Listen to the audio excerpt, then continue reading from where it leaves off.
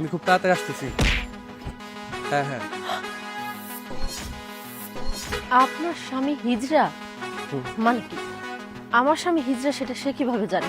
আচ্ছা আচ্ছা ঠিক আছে। আরে কি ব্যাপার, দাঁড়িয়ে পড়লে কেন? আসো। এই তো আসছি। এই শোনো না, এই পাশে আমার এক ফ্রেন্ডের বাসা আছে। এখন যদি আমি এদিক দিয়ে যাওয়ার সময় ওর সাথে দেখা না করে যাই আর ও যদি সেটা জানতে পারে তাহলে ও খুব কষ্ট পাবে। এক কাজ করো, তুমি সামনে আগাও, আমি একটু ওর সাথে দেখা করে আসি। আচ্ছা ঠিক আছে, আমি সামনে যাচ্ছি, তাড়াতাড়ি চলে এসে। আচ্ছা ঠিক আছে। আচ্ছা। হ্যালো। হ্যাঁ হ্যাঁ। এক্সকিউজ মি, এই যে ভাই একটু দাঁড়ান। এই যে ভাইয়া, আপনার সমস্যা কি? আপনি এটা পিছনে কি লিখেছেন? আমার স্বামী হিজড়া মানে কি? আমার স্বামী হিজড়া সেটা আমি জানি না আর আপনি জানেন? আপনার স্বামী একটা হিজড়া, সেটা আমি ভালো করে জানি। মানে আপনি কিভাবে জানেন যে আমার স্বামী হিজড়া? দেখুন, আমি ভালো করে জানি আপনার স্বামী একটা হিজড়া, সেটা আপনি ঘরের বউ হয়ে জানেন না। আপনার বিশ্বাস না হয় আপনি বাসায় গিয়ে ট্রাই করে দেখতে পারেন যে আমি মিথ্যে বলছি না আমার কথা সত্য। কি আজব কথা! বাসায় গিয়ে ট্রাই করে কি আছে? আমার স্বামী কেমন কি আমি জানি না? ঠিক আছে, আমি এখনই বাসায় গিয়ে দেখব যে ও সত্যি হিজড়া কিনা।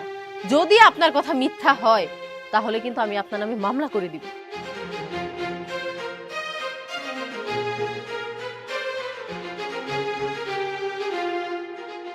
দাঁড়াও সবুজ, তোমার সাথে আমার কিছু কথা আছে। হ্যাঁ পরি, বলো। আচ্ছা, তুমি যে আমাকে একটা মেয়ের কথা বলেছিলে, মিম নাকি যেন নাম, তুমি কি তাকে এখনো ভালোবাসো? হ্যাঁ পরি, মিমকে আমি এখনো ভালোবাসি।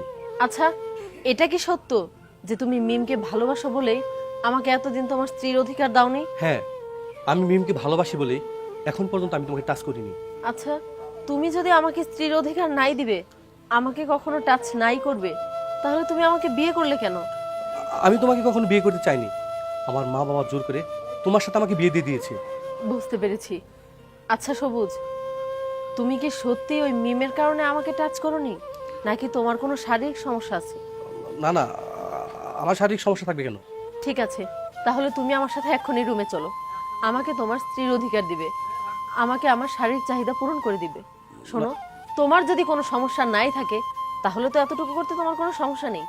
না না পরি, আমি তোমার শারীরিক চাহিদা পূরণ করতে পারবো না। তার মানে তুমি আমাকে এতদিন ঠকিয়েছো? আচ্ছা সবুজ, কি দরকার ছিল আমাকে মিথ্যা মিথ্যা বলে আমার জীবনটাকে নষ্ট করার? আমি তো একজন মেয়ে মানুষ, আমারও তো শারীরিক চাহিদা আছে, আমারও তো ইচ্ছা করে স্বামীর ভালোবাসা, আদর, সোহাগ এসব পেতে। আর তুমি কিনা আমাকে মিথ্যা বলে আমাকে বিয়ে করে আমাকে দিনের পর দিন ঠকাচ্ছ। হ্যাঁ, আমি তোমাকে শারীরিক সুখ দিতে পারবো না, কারণ আমার সমস্যা আছে, আমার শারীরিক সমস্যা আছে। দেখো সবুজ, আজকে তুমি আমাকে বিয়ে করে কেমন এক ঝুলন্ত অবস্থায় রেখে দিয়েছো। না আমি পারছি তোমার সাথে সুখে শান্তিতে সংসার করতে, না পারবো বাবা মার কাছে চলে যেতে। এখন যদি আমি তোমাকে ছেড়ে বাবা মার কাছে চলে যাই, আমি বাবা মাকে বলতেই পারবো না আসলে তোমাকে ছাড়ার উদ্দেশ্য কি। আবার যদি বাবা মাকে বোঝাই, তখন আমার বাবা মা সমাজের চোখে ছোট হবে।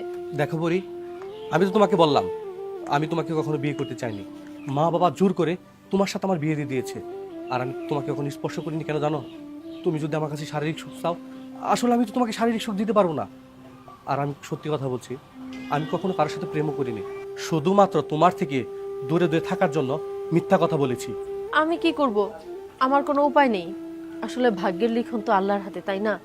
যেহেতু তোমার ঘরে আমি বউ হয়ে এসেছি, কথা দিচ্ছি তোমার যত সমস্যাই থাকুক না কেন, মৃত্যুর আগ পর্যন্ত আমি তোমাকে ছেড়ে যাব না। আর তাছাড়া সবুজ, এখন তো সব সমস্যারই সমাধান আছে। আমি তোমাকে চিকিৎসা করাবো, আমি তোমাকে সুস্থ করে তুলবো।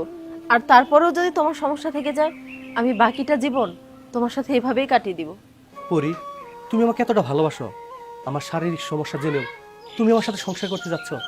পরি, তোমার মতো বউ পাওয়া ভাগ্যের ব্যাপার। দেখো সবুজ, আমি তোমার স্ত্রী, আমি তোমার সকল দুঃখের ভাগিদারও আমি। আর তোমার যদি এই সমস্যার কারণে আমি তোমাকে ছেড়ে চলে যাই, তাহলে আমি তোমার কেমন বউ হলাম বলো? তবে একটা কথা মাথায় রাখবে, এখন থেকে আর কোনো কথা আমার থেকে লুকাবে না। পৃথিবীতে সবচেয়ে বোকা প্রাণী কে জানো? যে স্বামী তার স্ত্রী থেকে কথা লুকায়।